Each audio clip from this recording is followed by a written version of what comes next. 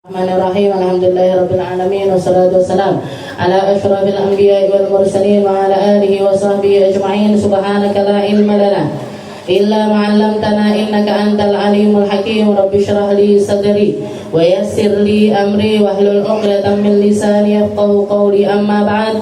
Alhamdulillah ala ni'matil Islam, alhamdulillah ala ni'matil iman wa kafa biha min ni'mah. Alhamdulillah, segala puji bagi Allah Subhanahu wa ta'ala yang mengumpulkan kita, mendudukkan kita, menjadikan kita bagian dari hamba-hamba Allah ta'ala yang selalu dan selalu mencari perkara-perkara yang datangnya dari Allah, nyari bekal menuju surga, menghindarkan diri dari neraka, ngisi waktu penantian kita sampai waktu yang ditentukan oleh Allah Subhanahu wa ta'ala agar kita menjadi hamba-hamba yang ngerti dan juga hamba yang paham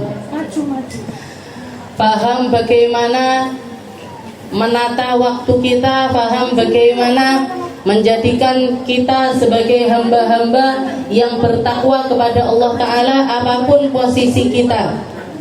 Yang jomblo jadi jomblo fisabilillah, yang lagi kerja juga kerja fisabilillah, yang berumah tangga juga jadi istri-istri yang istiqomah. Pokoknya sing apik-apik kabeh.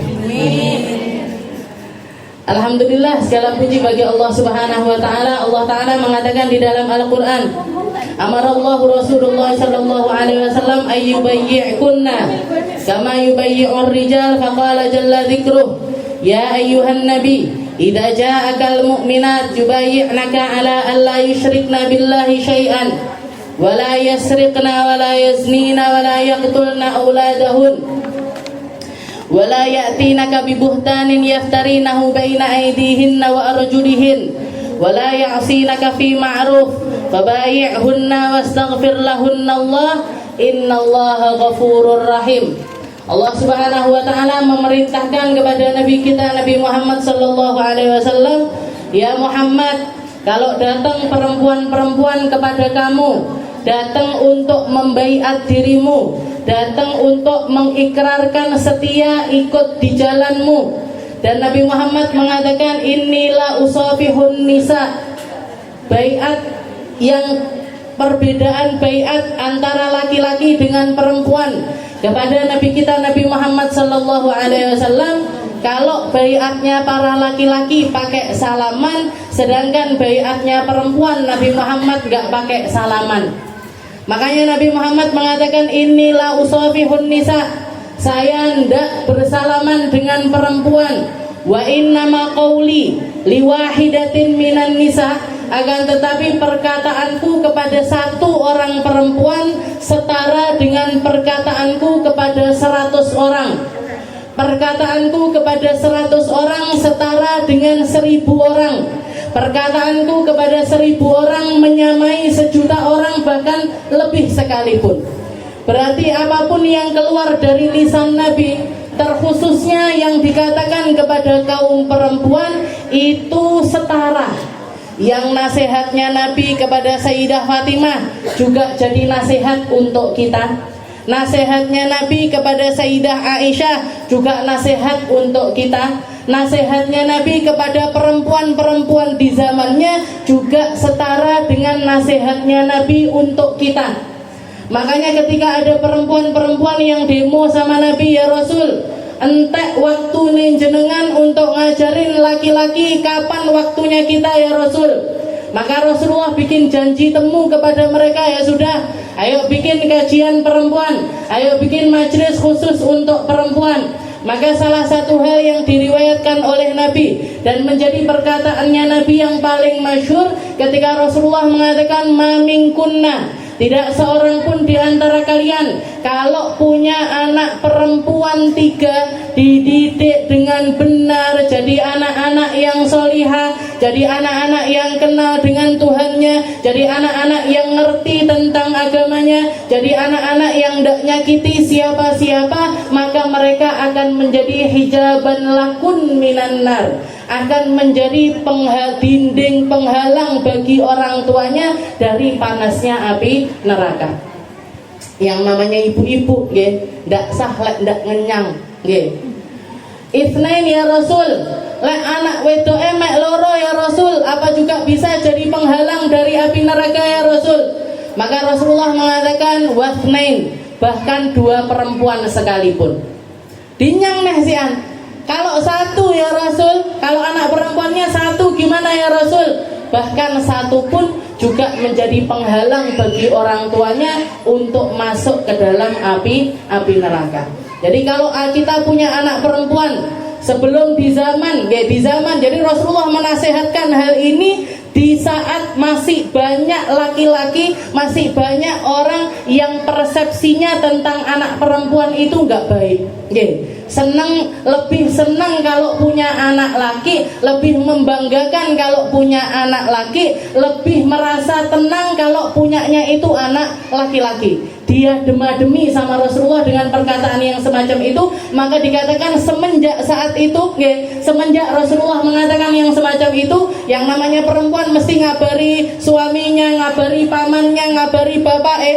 Perempuan ini sebenarnya kalau dakwah lebih resep, marai masuknya itu ke inti dalam rumah, dan senengane nyerita nih, cerita karo anake, kok cerita karo bojone. Kalau laki-laki pulang kajian pulang, ya wis, ora cerita, ya ora nyeritani bojone, mang ngaji apa ya, mbuh apa, arep cerita-cerita anak tuh ya, males aku cerita, orang laki kayak gitu. Kalau perempuan kan ndak dicerita nih, diomong-omongkan dan lain sebagainya. Maka dikatakan semenjak saat itu semua umat muslim, semua orang yang kenal dengan agama Islam malah justru menanti-nantikan untuk punya anak perempuan. Di saat sebelumnya anak perempuan ini lahir jebrot langsung dikuburkan hidup-hidup, langsung dibunuh. Di saat itu juga berbalik 180 derajat. Mereka ketika menikah justru malah mendamba-dambakan untuk punya anak perempuan. Dua anak siji, milik dua anak wedok loro, milik telu. Biar apa? Biar jadi hijab lahum minan nar, untuk menjadi penghalang bagi mereka akan panasnya api neraka. Dididik dengan benar, disayangi dengan benar, dijadikan perempuan-perempuan mulia, diisi dengan akhlak-akhlak yang indah. Ini yang dilakukan oleh Nabi kita Nabi Muhammad sallallahu alaihi wasallam. Dan kita sebagai perempuan juga perlu berbangga bahwasanya agama Islam ini iftatahatil Islamu fi bin nisa waktu tima bin nisa. Islam ini agama yang diawali di dalam pelukan seorang perempuan dan diakhiri juga di dalam pelukannya seorang perempuan. Dikatakan ketika Rasulullah pertama kali dapat wahyu, dipeluk sampai 3 kali sama malaikat Jibril, beliau selalu mengatakan ma'ana biqari, saya ini orang gak ngerti baca, gak ngerti nulis. Malaikat Jibril kembali mengatakan iqra ya Muhammad, baca wahai Muhammad, ma'ana biqari, saya ini bukan orang yang bisa baca, bisa nulis. Iqra bismi rabbikal ladzi khalaq. Begitu beliau dapat wahyu yang pertama, turun pulang. Turun pulang ini yang pertama kali dicari bukan temen nongkrongnya, bukan temen ngopinya, bukan temen rokokannya, bukan temen-temen tongkrongannya. Padahal rata-rata laki-laki itu lebih senang curhat sama laki-laki.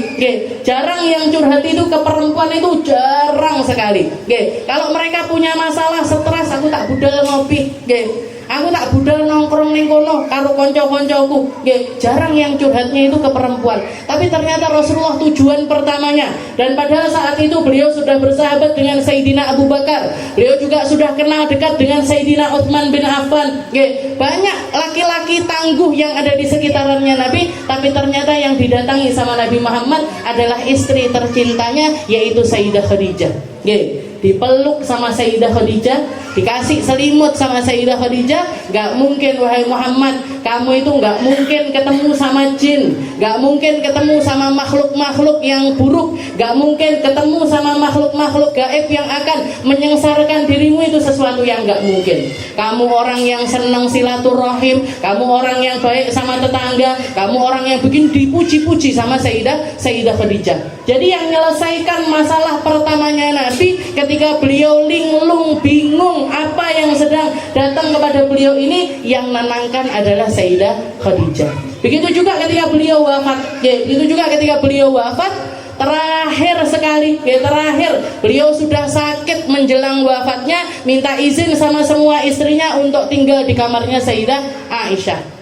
Dan terakhir hal, keadaannya beliau ketika dicabut nyawanya, beliau kepalanya sedang bersandar di atas dadanya Sayyidah Aisyah. Jadi dibukanya Islam di dalam pelukan Sayyidah Khadijah dan diakhiri juga di dalam pelukan seorang Sayyidah Aisyah. Ini agama Islam.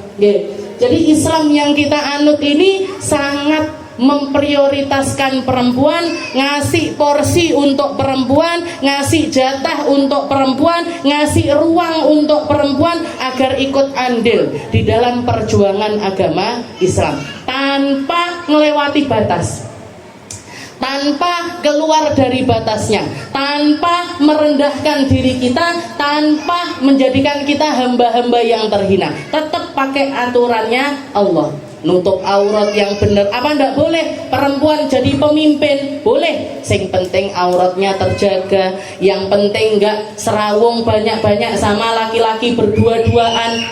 Apa nggak boleh perempuan bekerja, dagang dan lain sebagainya? Boleh. Tapi tetaplah jadi perempuan yang profesional. Apa ndak boleh jadi dokter? Banyak dokter perempuan di zamannya Nabi.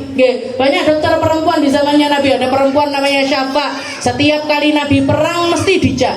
Kenapa? Karena beliau ini perempuan yang tahu, oleh luka gini diginikan, caranya balut yang benar begini, obatnya iki. Nah, dibawa kemana-mana sama Rasulullah SAW. Dan berapa banyak istrinya Nabi yang belum bisa baca, belum bisa nulis, dipanggilkan guru perempuan untuk ngajarin mereka baca tulis.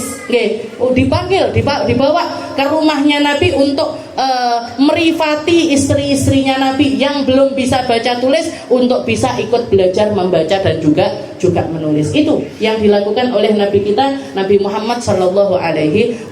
Jadi kalau bicara tentang emansipasi perempuan, Nabi Muhammad wis dhisik dhewe. Nabi Muhammad yang paling utama, yang paling gencar, yang paling bikin perubahan untuk kita para kaum perempuan. Kita lanjutkan pembahasan kita di dalam kitab Ibanah wal Ifadah. Masih bab yang bahas tentang haid, nifas dan juga istihadah. Kemarin bahas haid, pembukaannya haid, pembukaannya nifas, pembukaannya istihadah. Setelah itu juga tentang rutubatul faraj atau basah-basah yang ada di kemaluannya kita. Gimana bedain yang bagian depan hukumnya piye, sing tengah piye, sing dalem gimana? Yang bagian depan suci mutlak, yang tengah-tengah sebagian ulama bilang suci, sebagian ulama bilang najis. Kalau yang dari bagian tengah itu kalau enggak mani, madhi dan juga wadi dengan kriterianya masing-masing. Nah, setelah itu kita lanjutkan fiddar sithani di dalam pelajaran yang kedua, fi sinnil haid wa muddatihi wa alwanihi wa sifatihi. Sekarang bab yang kedua. Bab yang pertama semua hal yang keluar dari rahimnya perempuan. Sedangkan yang bab kedua ini bahas yang pertama adalah fi sinnil haid, usia perempuan haid, wa muddatihi serta masa-masa haid, wa alwanihi wa sifatihi, warnanya darah haid serta sifat-sifatnya darah haid. Jadi yang ini babnya khusus bahas tentang haid. Dikatakan fi hadar daras saratahaddatsu an sinnil haid wa muddatihi wa alwani wa hukmil qudrah was sufra wa damul ladzi tarahu al hamil wa naqa'u ladzi yatakhallal baina dima'il haid. Di dalam bab ini kita akan bicara tentang usianya haid, masanya haid, warnanya haid, hukumnya qudrah was sufra, hukumnya warna keruh dan juga kuning. Wadamul ladzi tarahul hamil serta darah yang dilihat sama perempuan hamil, wan naqaul ladzi yatakhallal baina dima'il haid serta suci yang ada yang terjadi di antara dua darah. Awalan sinnul haid, beliau mengatakan pertama kita bahas tentang usianya haid. Sinnul haid aqallu sinnin yumkinu ayatiya fil haidul mar'ah tis'a sinin qamariyah takribiyah. Gampangnya kalau tentang usia haid ini, ada minimalnya, ada minimal usia perempuan itu haid, tapi nggak ada maksimalnya. Jadi kalau bicara tentang masalah usia, perempuan bisa mengalami haid, dan ini juga berkaitan dengan balignya perempuan tersebut, kalau di bawah usia tersebut tidak dianggap haid dan tidak dianggap sebagai anak yang sudah masuk usia baligh. Sedangkan maksimalnya tidak ada. Jadi berapapun usianya perempuan, dia tetap memungkinkan untuk mengalami yang namanya haid selama syarat-syaratnya terpenuhi. Selama syarat-syarat dari haid itu sendiri terpenuhi. Berapa usia minimalnya haid? Usia minimalnya haid adalah tis'usinin qamariyah takribiyah. Usia minimalnya haidnya perempuan itu adalah 9 tahun kurang 16 hari. Jadi bukan tahdidiyah. Kalau tahdidiyah itu pas 9 tahun pas. Ini enggak, 9 tahun mendekati. Berarti berapa mendekatinya ini berapa? Sekitar waktu 16 hari. Kenapa kok diambil waktu 16 hari? Karena waktu 16 hari ini adalah minimalnya siklus haid. Minimalnya siklus haid itu 16 hari. Jadi ada orang punya siklus haid 16 hari. Bisa perempuan mengalami siklus haid 16 hari? Bisa. 1 hari haid, 15 harinya suci. Nah, minimalnya haid itu kan 1 hari 1 malam atau 24 jam. Jadi kenapa kok minimalnya itu 9 tahun kurang 16 hari? Apa alasannya di dalam 16 hari ini tadi? Karena 16 hari ini adalah masa minimal perempuan bisa mengalami siklus haid, yaitu suci 15 hari dan juga haid 1 hari, 16 hari. Tapi 9 tahunnya ini bukan 9 tahun syamsiah, bukan 9 tahun pakai tanggalan Masehi, tapi pakai tanggalan Hijriah.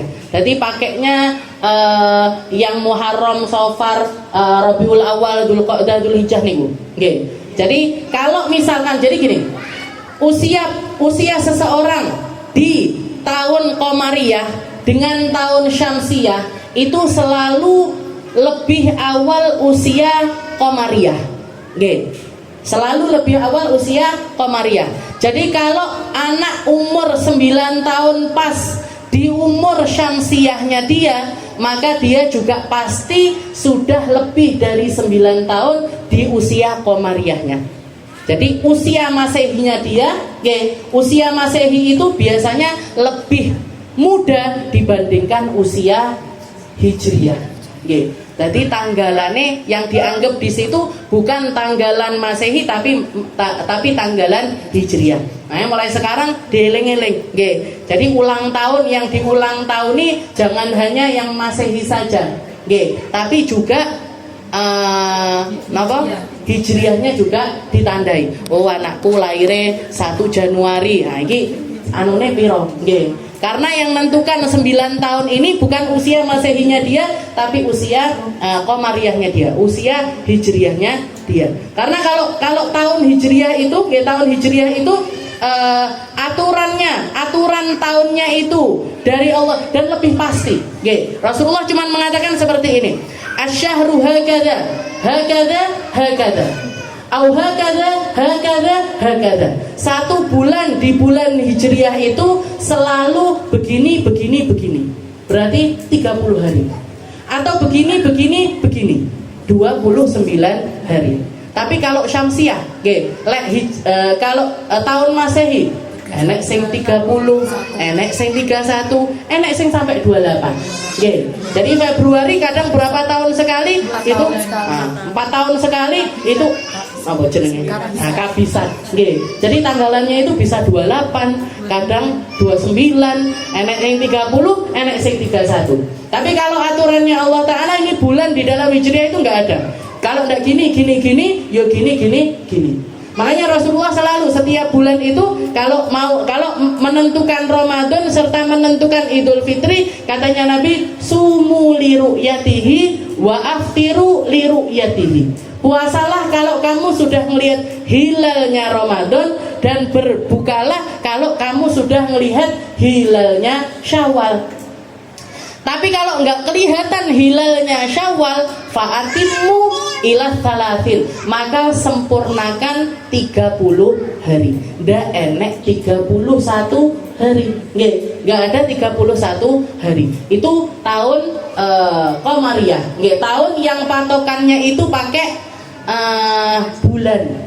Lek bulan ini muternya 1 bulan itu mesti. Muterin. Jadi kan bumi berputar, setelah itu bulan munyeri bumi, gitu. Itu permulaan muternya dia itu dimulai dari tanggal 1, berakhirnya balik lagi itu di tanggal, kalau enggak 29 nggih 30. Nggih, 29 30. Tapi kalau Syamsiah, nggih, kalau bulan Masehi, tahun Masehi itu kan pakai patokannya matahari. Mutere matahari, bulan matahari diem, diunyeri karo bumi. Ini kan lebih panjang, kadang bisa 360 sekian hari, dan lain sebagainya. Jadi istilahnya gini, ini kan lebih gede. Kalau bulan munyeri bulan, bulan munyeri bumi itu lebih simpel, lebih pendek waktunya, yaitu 1 bulan sekali. Nah, itu patokan yang diajarkan oleh Nabi kita Nabi Muhammad SAW. Dan Allah Ta'ala sudah mengatakan innaman nasi'u ziyadatun fil kufur. Dulu orang-orang jahiliyah itu saenake. Kalau menentukan hari 1 bulan itu saenake. Kalau musim haji, orang-orang Mekah pengen Mekah ramene suwi, musim hajinya dipanjangkan. Dul Qa'dah, Dzul Hijjah, milike 40 dina. Ben nyapa? Biar kota Mekah rame terus, dagangannya malah payu terus. Batine akeh. Terus seenaknya sendiri. Makanya dikata Allah Ta'ala mengatakan innaman nasi'u ziyadatun fil kufur. Yang kayak gitu itu nggak boleh. Lek wis tanggale ya tanggale. Ojo mok majune, ojo mok mundurne. Tapi tahunnya itu selalu sama. Cuman musim hajinya yang dipanjangkan. Musim haji itu dipanjang-panjang. Engko bulan-bulan setelahnya diungkret. Niki melek selawit dino ae, iki melek 26 hari itu yang dilakukan sama orang-orang jahiliyah terdahulu. Pakainya hawa nafsu. Jadi bab seperti ini pun diajarkan sama Nabi kita Nabi Muhammad SAW. Cuman penentuan tahunnya itu yang menentukan di zamannya Sayyidina Umar bin Khattab. Sayyidina Umar yang menentukan ini tanggal 1 Hijriah, ini tanggal 2 Hijriah, ini tanggal 3 Hijriah. Patokannya pakai apa? Pakai hijrahnya Rasulullah Sallallahu Alaihi Wasallam. Jadi tahun ke-14 kenabian. Tahun ke-14 kenabian di situ ditetapkan sebagai tahun 1 Hijriah. Karena Sayyidina Umar mengatakan tahun hijrah itu, tahun hijrahnya Nabi itu adalah tahun perubahan terbesar bagi agama Islam. Dulu di Mekah Nabi Muhammad dakwah, tapi dakwahnya Nabi terbatas. Belum ada syariat sholat, syariat belum turun sama sekali karena Nabi Muhammad fokus untuk menanamkan ketauhidan, untuk menanamkan tauhid. Jadi perubahan yang merubah semuanya. Waktu kita diisi sholat 5 waktu, nanti kalau Ramadan puasa, berzakat, perang, ini itu, semua aturan-aturan itu turun di 10 tahun setelah hijrahnya Nabi kita Nabi Muhammad Sallallahu Alaihi Wasallam. Jadi usia minimalnya haid itu adalah 9 tahun kurang 16 hari. Kalau ada anak kecil, kalau ada seorang anak perempuan mengalami haid di masa tersebut, maka darah itu dianggap sebagai darah haid dan anak ini pindah dari statusnya sebagai anak-anak menjadi orang mukallaf, menjadi seseorang yang punya beban agama atau yang kita sebut dengan baligh. Masuk usia baligh. Katanya Nabi, rufi'al qalam an thalath. Pena tulisan itu terangkat kepada 3 golongan. Kita ini kan selalu di setiap saat kita ini kan ada yang nyatet apapun yang kita yang kita lakukan, ngomong opo, ngapain, ngelirik mana, ngelihat apa dan lain sebagainya, semuanya ada buku catatannya. Dan nanti akan dibagikan di hari kiamat nanti. Makanya diceritakan ada yang nerima pakai tangan kanan, ada yang nerima pakai tangan kiri, ada yang nerima pakai dari belakang punggungnya. Setelah itu diceritakan sama Al-Quran Mali, Aro hadal kitab la yughadiru saghiratan wala kabiratan illa ahsaha. Semua orang yang buka kitabnya, riwayat masing-masing itu mengatakan ini buku macam apa, tidak ninggalkan yang kecil ataupun yang besar yang saya lakukan kecuali diperhitungkan. Bahkan sampai saking detailnya itu, sampai para ulama menceritakan itu kalau misalkan kita ketawa, setelah itu kita keluar dari mulut kita itu itu nih ya ditulis, peng 5 ya peng 5, peng 6 ya peng 6, la yughadiru saghirah wala kabir. Nah, jadi katanya Nabi rufi'al qalam an salas. Semua orang itu pena amalnya itu selalu nulis. Malaikat Raqib Atid itu nggak pernah berhenti untuk nuliskan setiap amaliyah kita, kecuali 3 golongan, illa salat, kecuali dari 3 golongan. Yang pertama, an-naim hatta yastayqid, orang lagi tidur sampai dia bangun. Kita kalau lagi tidur, nah itu malaikatnya istirahat. Nggak nyatet apa-apa, nggak nyatet sesuatu yang dosa ataupun nggak nyatet sesuatu yang sifatnya pahala, kecuali kalau tidurnya kita niatkan ibadah. Maka sepanjang malam itu ditulis sebagai ibadah. Jadi an-naim hatta yastayqid, orang lagi tidur sampai dia bangun itu nggak ada catatan amalnya. Lalu yang kedua al-junun, yang orang gila hatta yafiq, sampai dia itu sadar dari gilanya. Jadi orang-orang yang nggak waras, orang-orang yang gila beneran, duduk gila-gilaan, duduk stres, atau apa julukannya orang sekarang, depresi lah, apalah, ini gila yang memang bener-bener gila, gila sih nggak iso ditulung, istilahnya kita mau nasehatin dia, ngajarin dia, memang dibikin sama Allah Ta'ala kurang, akalnya itu nggak ada. Ada otaknya tapi nggak bisa dipakai mikir, nggak bisa bedakan baik, buruk dan lain sebagainya. Maka mereka rufi'al qalam. Orang-orang semacam ini nggak ada catatan keburukannya, nggak ada catatan kebaikannya. Selamat apa enggak nanti di akhirat? Selamat. Jadi golongan orang-orang yang ada di dalam surga. Tapi mereka masuk surga tidak sebagai manusia, tapi menjadi pelayan-pelayan surga. Jadi pelayan-pelayannya surga. Ini orang-orang gila. Setelah itu yang ketiga as-sobi hatta yablug, anak kecil kalau sampai dia masuk usia balik. Masuk usia balik. Ini baru, anak-anak kecil itu belum ada catatan amalnya, belum ada catatan dosa apa pahala, tidak ada. Kalaupun dia melakukan kebaikan, yang dapat kebaikannya adalah orang tuanya. Kalau dia dosa, belum dicatatkan dosanya. Kecuali yang sudah ada catatannya tapi belum masuk rekening amalnya dia, yaitu kalau mereka ini bersedekah. Jadi sedekah itu, karena sedekah ini satu-satunya ibadah yang nggak perlu pakai niat. Kalau kita sholat wajib niat, puasa wajib niat. Lek sedekahi nggak butuh niat. Katanya Nabi, wa fi kulli rabbin shadaqah.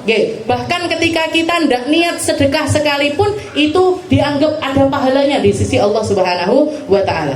Jadi kalau kita sedekah itu nggak perlu niat. Makanya dikatakan orang non muslim sekalipun ada catatan pahala sedekahnya. Cuman bedanya kalau orang Islam, pahalanya sedekah atau ganjaran dari sedekah ini bisa didapatkan di dunia, bisa didapatkan di akhirat. Yang dijanjikan sama Allah Ta'ala untuk dibalas di dunia, selebihnya akan dia dapatkan nanti di akhirat. Tapi kalau orang non muslim, full semua ganjarannya diberikan sama Allah Ta'ala di dunia.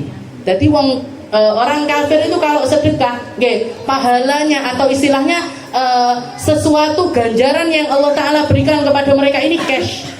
Bisa jadi lewat kesehatan, bisa jadi lewat umur panjang, bisa jadi lewat hidup yang tenang, bisa jadi lewat ketenaran dan lain sebagainya. Itu mereka dapatkan berkah dari, jadi sedekah orang non muslim itu ada pahala sedekahnya. Dan kalau mereka masuk Islam, kalau mereka masuk Islam itu langsung masuk ke rekening pahalanya mereka. Jadi sedekah. Anak kecil juga gitu. Anak kecil itu kalau sedekah, meskipun dia belum dapat pahala, karena memang belum masuk orang-orang yang dicatat pahalanya, tapi sudah dimasukkan ke dalam bagian dari pahala yang akan mereka dapatkan. Begitu mereka balik langsung tertulis. Langsung ada tulisan pahala dari hal tersebut. Makanya dikatakan orang tidur sampai bangun, orang gila sampai dia sadar dari gilanya, dan yang ketiga anak kecil sampai usia balik. Nah, balik ini yang perlu kita bahas. Balik ini kapan? Dan seperti apa? Orang tandanya balik itu bagaimana? Balik itu, orang yang masuk usia balik atau tanda-tanda dari balik itu ada 3 macam. Yang pertama adalah haid, dan ini khusus untuk perempuan. Yang pertama adalah haid, dan itu khusus untuk perempuan. Yang kedua ihtilam. Ihtilam itu mohon maaf, mimpi basah atau keluar mani. Dan itu bisa menjadi pertanda balik baik untuk laki-laki ataupun perempuan. Jadi ihtilam ini anak laki-laki bisa mengalaminya, anak perempuan juga bisa mengalaminya. Karena ketika ada seorang perempuan nanya sama Rasul, ya Rasul, idza naro, kalau kami melihat apa yang dilihat sama laki-laki, famadza naf'al, kita harus ngapain? Maka Rasulullah langsung paham yang dimaksud dengan yang dilihat sama laki-laki ini yang namanya ihtilam. Jadi kalau laki-laki mengalami ihtilam, ada perempuan ihtilam, gimana ya Rasul? Maka Rasulullah mengatakan wajib bagi dia untuk mandi. Wajib bagi perempuan itu untuk mandi. Berarti perempuan bisa ihtilam. Dan bisa pertanda baliknya ini lewat ihtilam itu juga bisa. Makanya kudu diteko ibu. Mau itu anak laki, mau itu anak perempuan, mulai usia 8 tahun, 9 tahun, hal-hal semacam ini sudah harus menjadi sesuatu yang kita komunikasikan sama mereka. Karena anak sekarang lebih rawan. Nggak ngimpi malah delok langsung. Nggak mimpi, mereka malah lihat secara langsung. Kita lihat internetnya kita, nggak melek delok lo ketok. Yang perempuan joget-joget telanjang, yang perempuan begini begitu, apa hal-hal yang dulu sesuatu yang hanya nggak, istilahnya anak segitu biasanya nggak roh apa-apa, polos-polos. Anak sekarang udah tahu semuanya. Anak sekarang udah tahu semuanya. Anak 9 tahun, 10 tahun, kalau nggak lewat HP, lewat koncone, nggak lewat koncone, lewat pertemanannya di sini dan lain sebagainya. Nauzubillah. Jadi harus dikomunikasikan. Masalah ihtilam ini masalah keluar mani, masalah mengalami sesuatu yang menjadi pertanda bahwasanya mereka ini balik. Karena laki-laki bisa, perempuan juga bisa. Dan yang terakhir usia. Yang terakhir adalah usia, yaitu usia 15 tahun. Usia 15 tahun. Nah, yang pertama sekarang kita bahas balik. Yang pertama yaitu yang namanya haid. Kalau untuk haid ini khusus untuk perempuan. Tidak ada yang namanya laki-laki haid. Tidak ada yang namanya laki-laki haid. Kalau laki-laki keluar darah berarti apa? Besret nih. Luka berarti. Jadi kalau laki-laki nggak ada yang namanya haid. Jadi haid ini khusus untuk perempuan. Minimal usianya berapa? 9 tahun kurang 16 hari. 9 tahun kurang 16 hari. Jadi saya kasih contoh. Misalkan ada anak perempuan, ada anak perempuan, umurnya ulang tahunnya dia ke-9 ini kurang 20 hari. Jadi dari usianya dia 9 tahun pas ini, usia komariahnya dia, misalkan ulang tahunnya tanggal 1 Muharram. Ini tanggal 1 Muharram kurang 20 hari keluar darah. Keluar darah. Berapa hari keluarnya? Keluarnya 10 hari misalkan. Jadi ulang tahun kurang 20 hari keluar darah selama 10 hari. Gimana ini kita menghukuminya? Piye hukumnya piye? Yang 4 hari adalah istihadah. Yang 4 hari ini 20 hari, yang 4 hari adalah istihadah, yang 6 hari dianggap sebagai haid. Jadi yang 4 hari adalah istihadah, yang 6 hari adalah haid. Kenapa kok gitu? Karena minimal usia haid adalah 9 tahun kurang 16 hari. Jadi yang kurang dari 16 hari dianggapnya istihadah, dianggapnya anak ini belum balik. Tapi begitu kurangnya adalah 16 hari, maka yang 6 hari itu dianggap sebagai haid.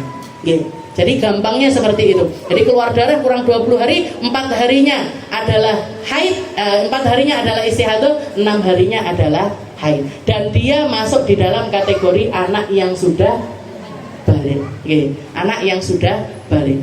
Kalau misalkan umur 9 tahun kurang 30 hari keluar darah selama 5 hari, gimana hukumnya? Semuanya istihadah.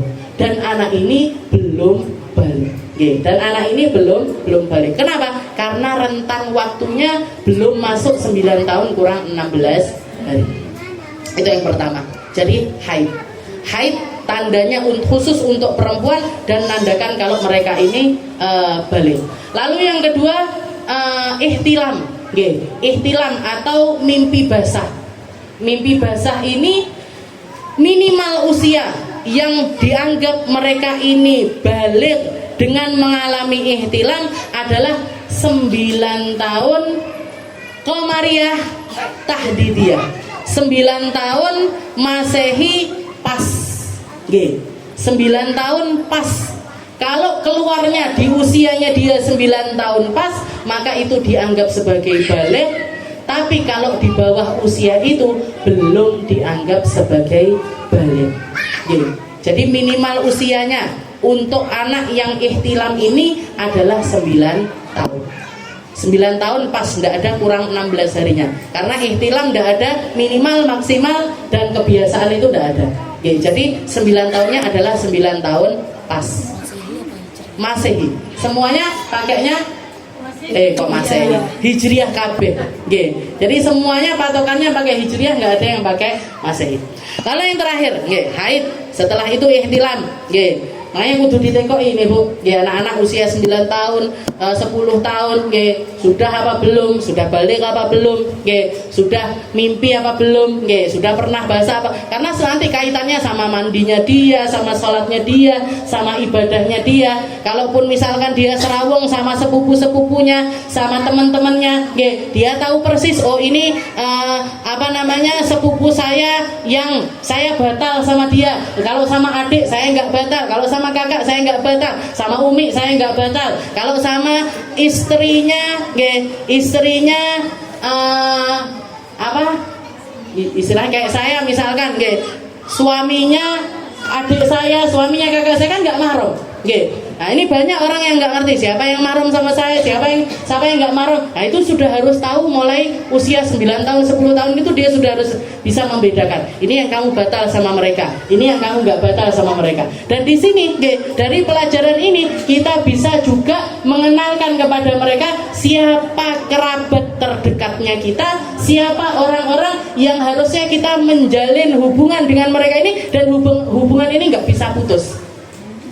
Hubungan ini sesuatu yang tidak bisa putus. Kalau sama teman kita putus nggak apa-apa, nggak ada resiko apa-apa. Tapi kalau sama orang-orang yang mahram sama kita, ini bahaya. Dan berapa banyak anak-anak kita sama halatinya sendiri nggak tahu. Kenapa? Karena tidak dikenalkan.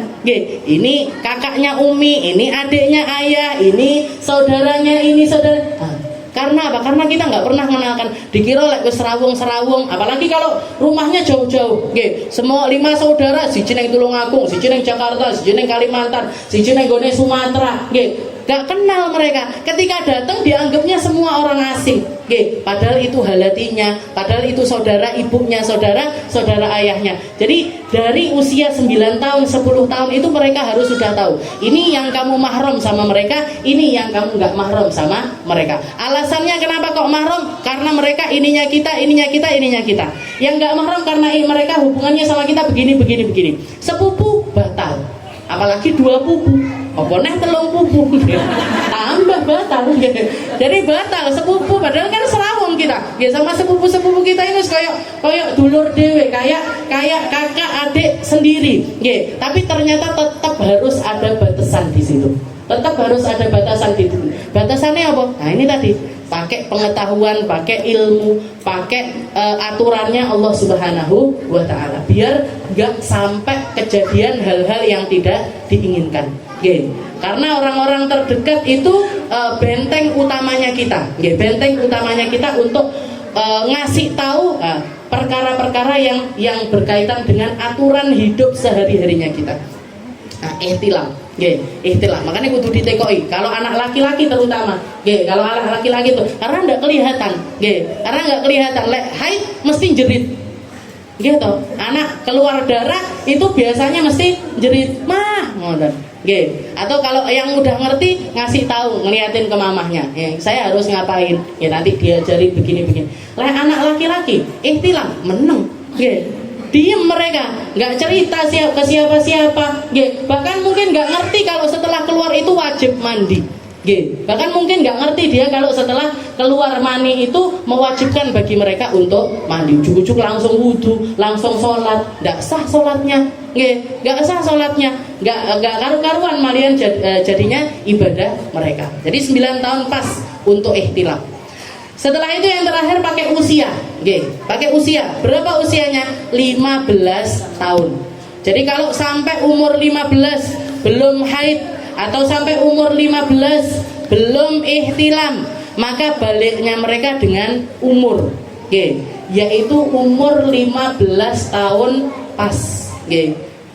Untuk umur ini juga sama, pakainya tahdidiyah, pas, yaitu umur 15 tahun. Jadi tidak enak umur, ada orang umur 19 tahun, aku orang balik kok, aku orang balik, nggak mungkin, orang men aku nggak men, tapi pakai umur, pakai usia. Kalau umur 13 tahun, 14 tahun masih mungkin, tapi kayaknya kalau untuk zaman sekarang hampir ndak ada. Zaman kita dulu, zamannya nenek-nenek kita, mungkin anak biasanya haid itu umur 13, umur 14. Sekarang Bu, 8 tahun ada yang keluar darah itu 8 tahun. Beberapa orang cerita sama saya 8 tahun keluar darah. 9 tahun, 10 tahun itu hampir semuanya sudah haid. Anak umur dulu kelas 3 SD itu belum ada yang haid, baru 1 orang, 2 orang. Sekarang hampir semuanya. Hampir sak kelas sih haid semuanya, apalagi kelas 4, kelas 5. Faktornya nopo? Yo faktor makanan, faktor tontonan, faktor pergaulan, faktor banyak hal yang dulu tabu untuk orang zaman dulu, sekarang kayak biasa aja. Jadi ini yang harus kita, jadi pendidikan masalah-masalah seperti ini harus lebih kita perhatikan. Itu yang namanya balik. Jadi balik itu tandanya 3. Ada haid, ada ihtilam, ada yang namanya istikmal 15 sanah. Umur 15 tahun pas. Itu sinul haid. Lalu yang kedua yang kita bahas adalah muddatul haid. Masa haid. Seperti yang kemarin kita bahas, al muddatud dunya wa muddatul quswa wa muddatul ghalibah. Yang namanya haid, khusus untuk haid ini ada masanya. Minimalnya 1 hari 1 malam, atau 24 jam. Maksimalnya 15 hari 15 malam, biasanya antara 6 sampai 7 hari. Ini yang dirumuskan oleh Imam Syafi'i dengan melibatkan perempuan satu negeri. Jadi perempuan sak negara, kalau kita gitu mungkin bisa dikatakan perempuan sak Jawa Timur diinterview satu-satu sama Imam Syafi'i. Setelah itu dari hasil dari interview tersebut, hasil dari penelitiannya beliau kepada semua perempuan yang ada di sekitarannya beliau, digabungkan dengan hadis-hadisnya Nabi, digabungkan dengan pengetahuannya beliau tentang apa yang terjadi di zamannya Rasulullah SAW, sehingga beliau punya rumusan yang semacam ini. Minimalnya haid adalah 24 jam, maksimalnya haid adalah 15 hari 15 malam, kebiasaannya 6 sampai 7 hari. 6 sampai 7 hari. Dan yang dinamakan 1 hari 15 hari itu adalah per 24 jam. Jadi hitungannya adalah per 24 jam. Jadi kalau misalkan saya katakan 15 hari 15 malam, 15 hari 15 malam. Ini per harinya itu berapa? Per 24 jam. Jadi kalau misalkan ada orang keluar darah, ada orang keluar darah selama 15 hari, 15 hari, itu maksimal yang dinamakan 15 hari ini gimana? 15 hari berurutan dan jumlahnya per harinya 20. Ya mesti per harinya itu 24 jam. Akan tetapi istilahnya ini harus bersambung semuanya sampai hari ke-15. Jadi kalau misalkan pakai hitungan tanggalan, misalkan kita keluar darah di tanggal 1 Januari jam 1 siang, maksimalnya masa haid saya adalah hari ke-16 jam 1 siang. Di atas jam 1 siang itu sudah bukan lagi dianggap sebagai haid. Sudah tidak dianggap lagi sebagai haid. Jadi per 24 jam. Satu hari atau 24 jam minimalnya. Dan yang dimaksud minimal di sini, yang dimaksud minimal di sini adalah 24 jam secara jumlah. Jadi kalau untuk minimalnya ini, untuk minimal haid yang 24 jam itu 24 jam secara jumlah, bukan satu hari full. Bukan satu hari full, karena ada orang keluar darah itu nyicil metune. Istilahnya enggak 24 jam dia keluar terus. Maka yang dianggap 24 jam untuk bisa menjadi haid itu adalah ketika keluarnya di atas 24 jam. Satu hari itu yang keluarnya di atas 24 jam. Jadi misalkan, saya kasih contoh, saya keluar darah selama 5 hari. Saya keluar darah selama 5 hari. Tapi per harinya, per harinya itu cuman 5 jam, 5 jam, 5 jam. Jam 6 misalkan, jam 6 keluar, jam 6, jam 7, jam 8, jam 9, jam 10, jam 11 mesti mandek. Berarti keluarnya sehari cuma 5 jam. Tapi berurutan 5 hari keluar terus. Keluar terus 5 hari. Tinggal kita lihat 5 kali 5. 5 jam kali 5 hari berapa? 25 jam. Berarti gimana ini selama 5 hari ini? Semuanya dianggap sebagai haid. Semuanya dianggap sebagai darah haid. Tapi kalau misalkan, saya keluar darah berapa hari? 5 hari. Tapi per hari itu cuma 3 jam, 3 jam, 3 jam. Metu jam 6, 6, 7, 8, 9, jam 9 mesti mandek. Jam 9 mesti darahnya ini berhenti. Gimana ini? 3 jam kali 5 hari berapa? 15 hari. Berarti gimana? 15 jam.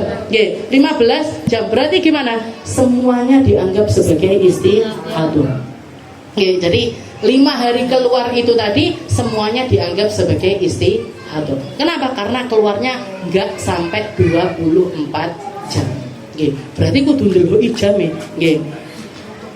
Yang dimaksud keluar terus menerus ini enggak terus koyok pancuran metu terus gede wakeh seperti itu, enggak.